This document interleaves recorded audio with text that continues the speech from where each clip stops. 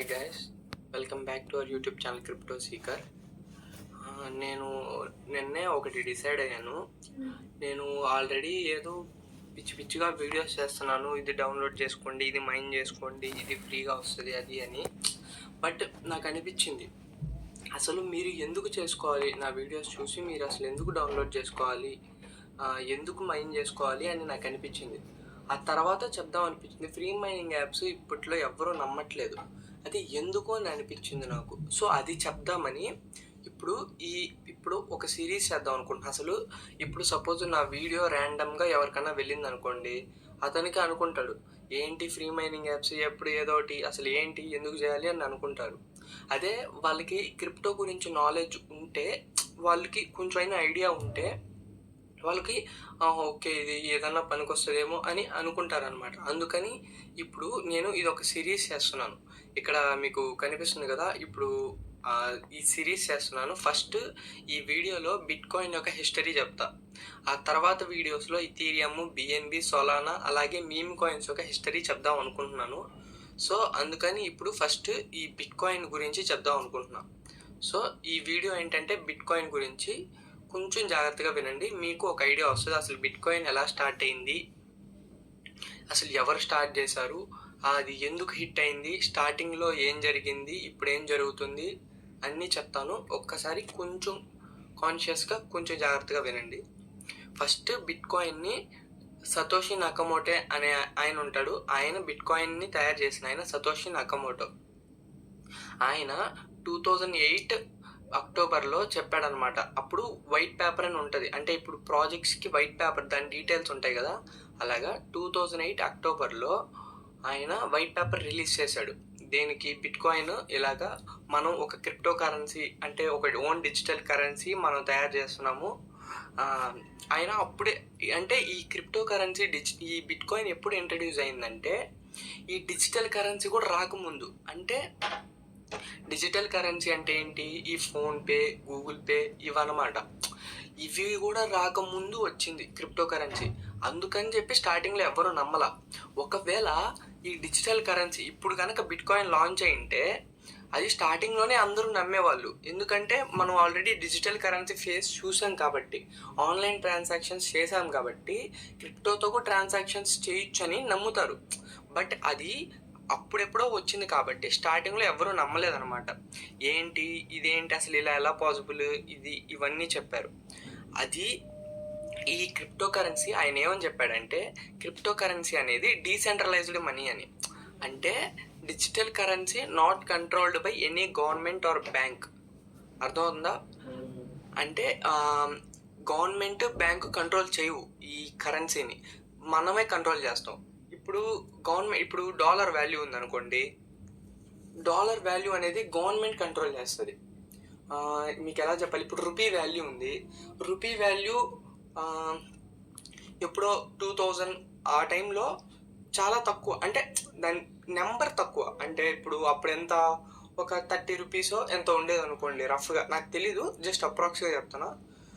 ఒక 30 రూపీస్ ఉందనుకోండి, $1 equal to 30 rupees.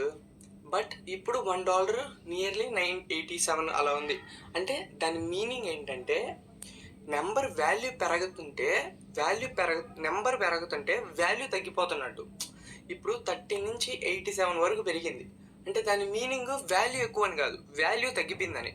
ఇప్పుడు మీరు చూడండి, ఇప్పుడు మనం సపోజ్ యూఎస్కి వెళ్ళాలి. మనం యూఎస్కి వెళ్ళాలంటే మనం ₹1,00,000 తీసుకెళ్ళాం అనుకోండి, అది జస్ట్ $1,000 అవుతుంది అక్కడ. అది ఒకప్పుడు 30 రూపీస్ అప్పుడు ₹1,00,000 తీసుకెళ్తే చాలా అవుతుందిగా, $3,000 పైన అవుతుంది. ఆ వేరియేషన్ ఇప్పుడు చూసారా, ఇక్కడి నుంచి తీసుకెళ్ళినప్పుడు అక్కడ తగ్గిపోయింది. అది రూపీ వాల్యూ తగ్గిపోవడం, అది వేరే మ్యాటర్. ఓకేనా? అది వేరే మ్యాటర్ అనమాట. అది మనుషులు కంట్రోల్ చేస్తారు ఈ కరెన్సీని. కానీ క్రిప్టో కరెన్సీని మనుషులు, గవర్నమెంట్ కంట్రోల్ చేస్తుంది ఈ కరెన్సీని. బట్ ఈ క్రిప్టో అనేది మనుషులు కంట్రోల్ చేసుకోవచ్చు అనమాట. అది చెప్పాడు ఆయన. బట్ అది అప్పుడు ఎవ్వరికీ అర్థం కాలేదు. ఆ తర్వాత 2009 ఎండింగ్లో, అంటే 2009 నవంబర్ ఆ టైంలో బిట్ కాయిన్ అనేది లాంచ్ అయింది. బిట్ కాయిన్ లాంచ్ అయినప్పుడు దాని ప్రైస్ చాలా తక్కువ, నియర్లీ $4 ఎంతో, చాలా తక్కువ అనమాట స్టార్టింగ్లో. ఎవ్వరూ నమ్మలేదు. ఆ తర్వాత చిన్నగా దానికి కొంచెం కొంచెం హైప్ వస్తూ ఉన్నది చిన్నగా. బిట్ కాయిన్ ఫస్ట్ ట్రాన్సాక్షన్ జరిగింది ఎప్పుడంటే, మీకు తెలిసే ఉంటుంది ఈ పిజ్జా డే అని, బిట్ కాయిన్ పిజ్జా డే అని. అంటే ఒక అతను అప్పుడు బిట్ కాయిన్స్కి వాల్యూ లేదనమాట, అసలు విచ్చలవిడిగా వాడేసుకునేవాళ్ళు బిట్ కాయిన్స్ని. ఒక అతను 10,000 బిట్ కాయిన్స్కి నాకు 2 పిజ్జాలు కావాలి అని ఆన్లైన్లో పెట్టాడు.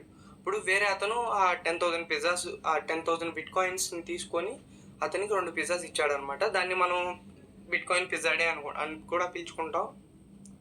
ఇది జరిగింది ఎప్పుడంటే మే 22, 2010. మే 22, 2010 అంటే మీరు అర్థం చేసుకోండి, అది స్టార్టింగ్ ఫేజ్లో. 2009 నవంబర్లో లాంచ్ అయింది బిట్ కాయిన్. అంటే నియర్లీ ఒక 5-6 months అయింది అంతే. అది బిట్ కాయిన్ కూడా వాళ్ళు స్టార్టింగ్లో ఫ్రీ మైనింగ్ ఇచ్చేవాళ్ళు అనమాట. బిట్ కాయిన్ని స్టార్టింగ్లో ఫ్రీ మైనింగ్ ఇచ్చేవాళ్ళు. డైలీ మనం ఫస్ట్ ఇనీషియల్గా చెప్పాలంటే ప్రతి యూజర్కి 5 బిట్ కాయిన్స్ ఇచ్చేవాళ్ళు. బిట్ కాయిన్ మైన్ చేద్దాం అనుకున్న ప్రతి ఒక్కరికి 5 బిట్ కాయిన్స్ ఫ్రీగా ఇచ్చేవాళ్ళు. బట్ ఫ్రీగా ఇచ్చినా తీసుకోవాలా. ఆ తర్వాత మళ్ళీ సరే ఇలా తీసుకోవట్లేదని ఫ్రీ మైనింగ్ ఇచ్చారు. అప్పుడు డైలీ 100 బిట్ కాయిన్స్ మైన్ చేయొచ్చు మనం. మీకు అర్థం ఉందా? Daily 100 bit coins. అప్పుడు డైలీ 100 బిట్ కాయిన్స్ మైన్ చేయొచ్చు. అదే ఇప్పుడు 2021కే 10 years పడుతుంది ఒక బిట్ కాయిన్ మైన్ చేయాలంటే. ఒక సింగిల్ మైనర్ మిషన్స్తో ఒక బిట్ కాయిన్ మైన్ చేయాలంటే 10 years పడుతుంది. వాళ్ళు పెద్ద పెద్ద కాంప్లెక్స్ మిషన్స్ పెట్టుకొని మైన్ చేస్తారు. బట్ నార్మల్గా మైన్ చేయాలంటే 10 years పడుతుంది. అలా తగ్గుతూ వచ్చిందనమాట. మైన్ చేయడం ఇంకా కష్టం అయిపోయింది. ఇది ఓకేనా? ఇది నార్మల్గా అంటే ఎలా మైన్ చేయాలి అనేది చెప్పాను. చూసారా, బిట్ కాయిన్ కూడా స్టార్టింగ్లో ఫ్రీ మైనింగే ఇచ్చారు. బట్ అప్పుడు ఎవ్వరూ నమ్మలేదు. అది జరిగింది. ఇప్పుడు బ్లాక్స్ అని ఉంటాయన్నమాట, అంటే బ్లాక్ రివార్డ్స్ అని. అసలు బిట్ కాయిన్స్ ఎలా వస్తాయంటే బ్లాక్స్ అని ఉంటాయి. అంటే మీరు విని ఉంటారు బ్లాక్ చైన్ టెక్నాలజీ అని. బ్లాక్ చైన్ టెక్నాలజీ అంటే ఏంటంటే, ఇప్పుడు బిట్ కాయిన్లో ట్రాన్సాక్షన్స్ జరుగుతాయి, బిట్ కాయిన్ నెట్వర్క్లో ట్రాన్సాక్షన్స్ జరుగుతాయి. ఆ ట్రాన్సాక్షన్స్ అన్నీ ఇప్పుడు ఒక బ్లాక్ని ఒక పేజ్ అనుకోండి. ఇప్పుడు ఒక బ్లాక్ని ఒక పేజ్ అనుకుంటే ఫస్ట్ ట్రాన్సాక్షన్ ఫస్ట్, తర్వాత సెకండ్ ట్రాన్సాక్షన్స్ అలా వరుసగా ఆ పేజ్లో ఫుల్ అయ్యాయి అనుకోండి, అవి ట్రాన్సాక్షన్స్ ఆ పేజ్లో ఫుల్ అయినట్టు. అంటే ఆ బ్లాక్లో ట్రాన్సాక్షన్స్ అన్నీ స్టోర్ అవుతాయి. అలాగే మల్టిపుల్ బ్లాక్స్ ఉంటాయి అన్నమాట. ఒక బ్లాక్కి ఇంకో బ్లాక్కి కనెక్షన్ ఉంటుంది. అలాగే ట్రాన్సాక్షన్స్ అన్నీ స్టోర్ అయ్యి ఒక బ్లాక్కి ఇంకో బ్లాక్కి కనెక్షన్ ఉండడం వల్ల దాన్ని బ్లాక్ చైన్ టెక్నాలజీ అంటారు. ఈ మైనర్స్ ఏం చేయాలంటే ఆ బ్లాక్స్లో పజిల్స్ ఉంటాయి అన్నమాట. ఆ పజిల్స్ని సాల్వ్ చేస్తే వాళ్ళకి బిట్ కాయిన్ రివార్డ్స్ వస్తాయి. ఆ సాల్వ్ చేయడం రివార్డ్స్ తగ్గుతూ వచ్చిందనమాట ప్రతి బ్లాక్కి. 2009లో ఒక బ్లాక్ సాల్వ్ చేస్తే 50 బిట్ కాయిన్స్ ఇచ్చేవాడు.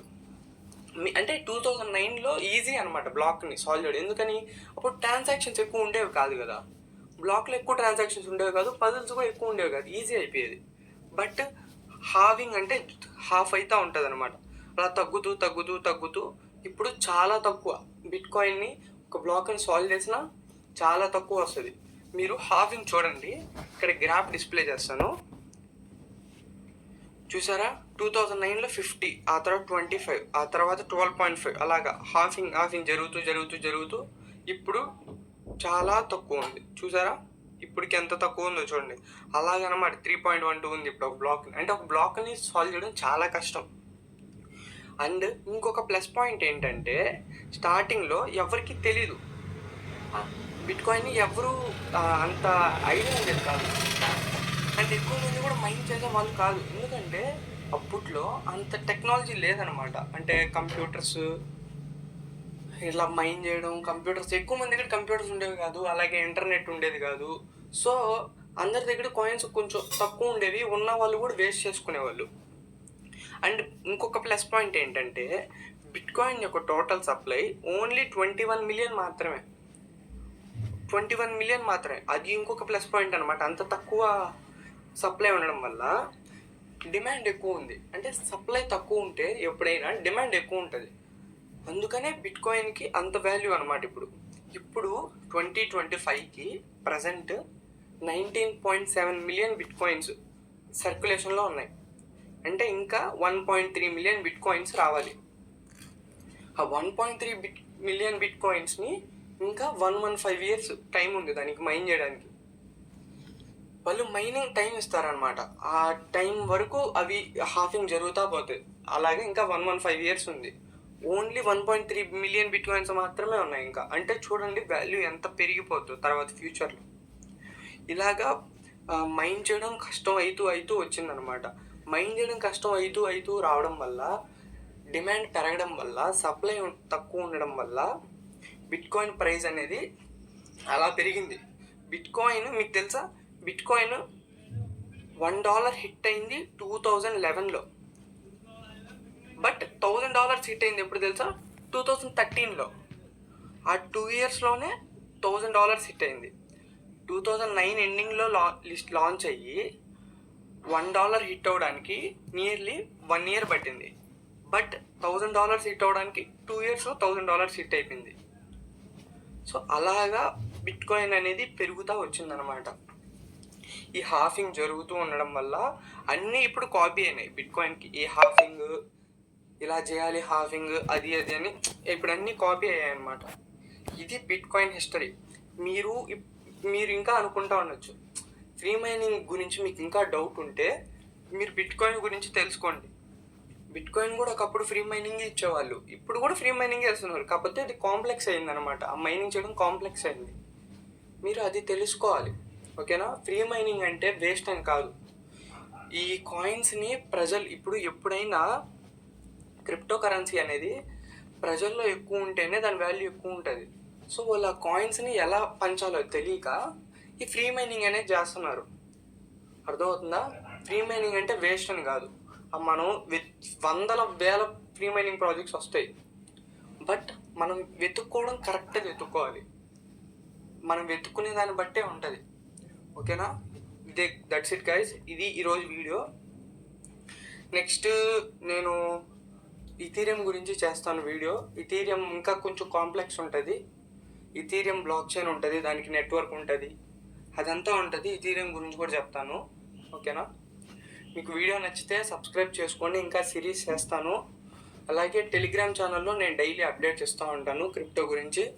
మీకు డైలీ అప్డేట్స్ తెలుసుకోవాలని ఉంటే టెలిగ్రామ్ ఛానల్లో జాయిన్ అవ్వండి. లింక్ డిస్క్రిప్షన్లో ఇస్తాను, ఓకేనా. Thank you guys. Thank you for